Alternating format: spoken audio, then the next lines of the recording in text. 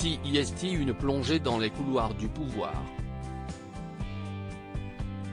Le 15 septembre, l'auteur Paul Larouturou et le photographe Elliot Blondet ont publié Élysée confidentiel, un ouvrage où les figures politiques proches d'Emmanuel Macron dressent en creux, depuis les coulisses, un portrait du président dans l'exercice de son pouvoir, lucide, incisif, admiratif ou déçu. Et notamment Sibeth Ndiaye, d'abord chargé de mission presse et communication du ministre de l'économie puis porte-parole du gouvernement.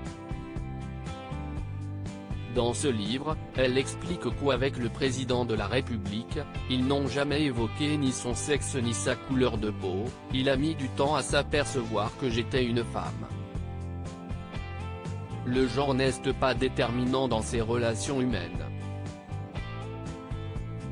L'occasion pour celle qui a drastiquement changé de vie de se confier sur le comportement grivois du chef de l'État. Je me comporte comme un mec, j'aime la baston et les gros mots. Devant moi, il pouvait fumer son gros cigare en partageant des blagues osées. C'était notre manière de plaisanter, s'est souvenu Sibeth Ndiaye, toujours proche d'Emmanuel Macron malgré sa reconversion.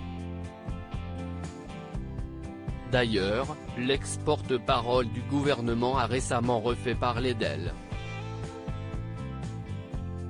La politique, qui participe toutes les semaines au bureau exécutif de La République En Marche, reste un maillon important du parti présidentiel, notamment en vue de la présidentielle 2022 dans laquelle Emmanuel Macron ne s'est pourtant pas officiellement lancé. Sibeth Ndiaye pilote ainsi le pôle idée.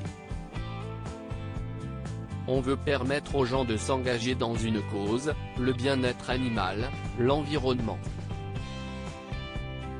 Et réunir ensuite ces groupes au sein de grandes coalitions, détaillait-elle auprès de Paris Match.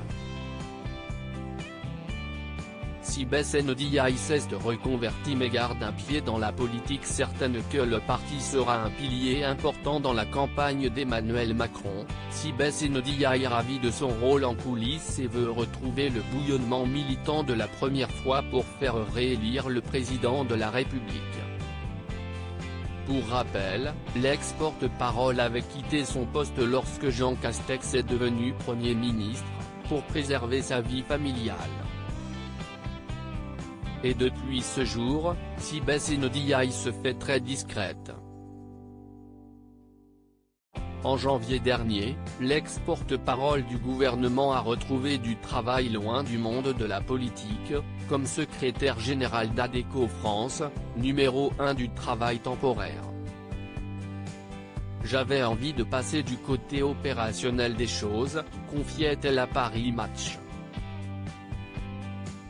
L'action publique a un côté frustrant, tu participes à la définition de politique dans de nombreux domaines, tu suis les débats, le vote, mais après, tu n'as plus du tout la main sur la manière dont CIST est appliqué sur le terrain.